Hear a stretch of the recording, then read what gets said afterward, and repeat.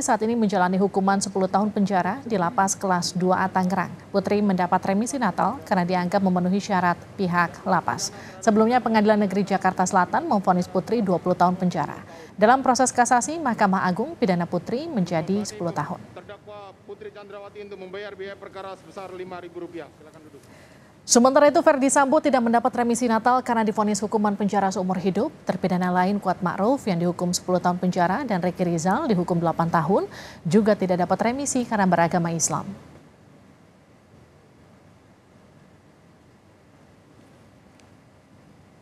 Putri Chandrawati yang dihukum 10 tahun penjara dalam kasus pembunuhan berencana terhadap Brigadir Yosua dapat remisi Natal 1 bulan. Sebelumnya MA mengurangi vonis untuk Putri dari 20 tahun menjadi 10 tahun penjara. Apakah remisi ini sudah sesuai aturan? Kita akan bahas bersama ahli hukum pidana Universitas Jenderal Sudirman, Hipnu Nugroho. Sebelumnya kami juga sudah mengundang pihak Dirjen Pas Kemenkumham dan kuasa hukum Putri Chandrawati, namun keduanya tak bisa bergabung dalam dialog malam hari ini. Prof. Hipnu, selamat malam. Selamat malam, Mbak Livi. Prof, tolong koreksi saya kalau salah. Sekitar bulan Agustus Putri ini baru masuk penjara, tapi kemudian remisi sudah didapatkan di bulan Desember. Ini sudah sesuai aturan ya, Prof? Begini, Mbak. Remisi itu adalah dengan tujuan untuk memberikan motivasi supaya dia tetap berkelakuan baik. Kan itu. Itu tujuannya pertama itu. Kemudian kalau kita lihat dalam peraturan presiden, kalau Mbak Livi menyatakan Agustus kemudian sampai Desember, kalau kita lihat kepresnya itu ada suatu mekanisme, Mbak.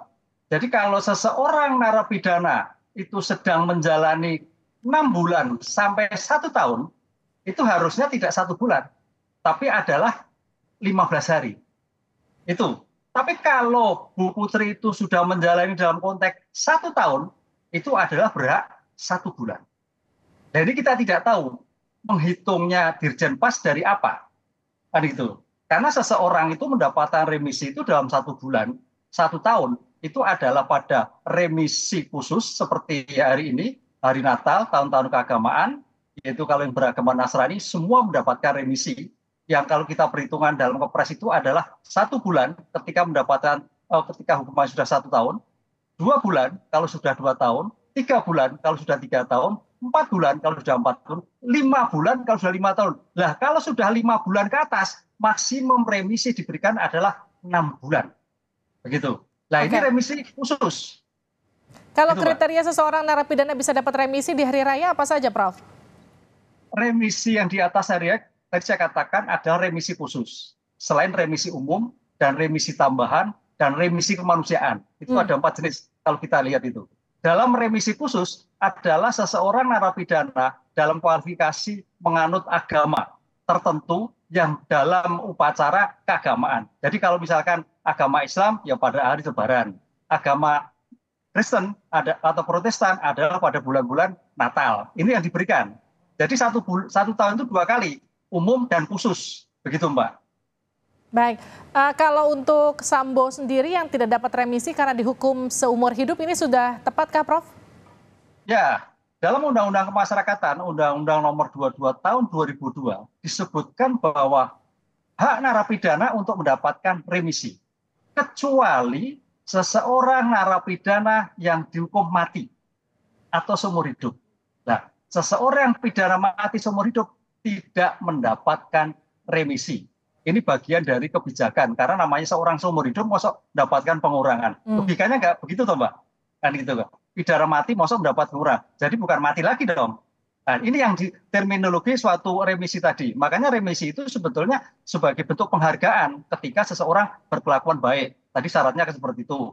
Dirjen Pas, berkelakuan baik nih mendapatkan suatu remisi. Mendapatkan suatu temuan yang sangat berguna bagi lapas, dapat remisi tambahan. Nah, gitu.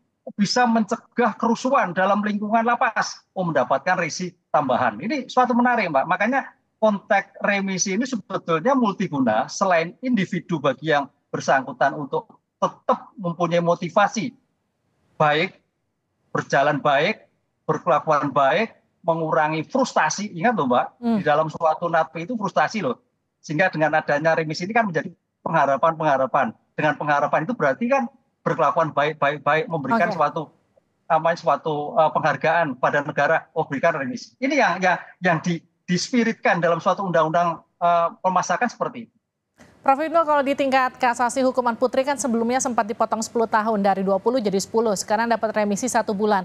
Kalau kita bicara remisi hak narapidana, tapi apakah ini kemudian tidak mengusik rasa keadilan masyarakat, Prof? Ya, memang betul ya. Kalau kita mendapat hak keadilan masyarakat, betul. Tapi kalau kita lihat suatu peraturan remisi itu adalah untuk memberikan baik, kan tujuan hukum pemidanaan itu kan ada 3, Mbak. Ada suatu retributif, pembalasan, ya, pembalasan lah terkait Pak Sambo ini pembalasan, tidak dapat remisi. Kemudian retributif itu ada perbaikan lah. Remisi itu bagian dari retributif, perbaikan. Sehingga tadi katakan makanya kalau seorang narapidana itu berkelakuan baik, mengikuti suatu program-program, memberikan suatu suatu pemikiran-pemikiran ke depan, itu akan mendapatkan pengurangan. Itu Mbak, itu maksudnya. Oleh karena itu memang ya menurut keadilan itu memang relatif. Kan itu, relatif sekali. Prof, kalau tadi Prof sempat sampaikan 1 tahun, kemudian harusnya 1 bulan, 2 tahun 2 bulan, 3 tahun itu adalah 3 bulan, dan seterusnya maksimal 6 bulan ya kalau untuk remisi. Tapi yang jadi pertanyaan gini, ketika Putri baru kemudian katakanlah inkrah begitu, itu dihitung dari awal masa penahanan kah, ataukah dari ketika status hukumnya inkrah, Prof? Nah, pertanyaan begini Mbak, kapan seseorang menjadi narapidana? Kapan seseorang berkuatan hukum tetap? 1, ketika sudah tidak ada upaya hukum lagi. Ketika seseorang menerima putusan. Nah, pertanyaannya Bu Putri itu menerima putusannya sampai kapan? Apakah setelah putusan pada 10 bulan kasasi kemarin? Itu lihat, jadi seseorang kalau sudah belum inkrah, belum mendapatkan remisi. Karena konteks remisi itu adalah narapidana.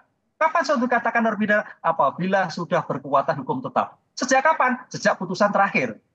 Jadi kalau memang kemarin itu Agustus, kemudian Januari, ya sepertinya belum 1 bulan, belum 1 tahun, Mbak. Ini haruskah dijelaskan oleh Kemenkumham, Prof?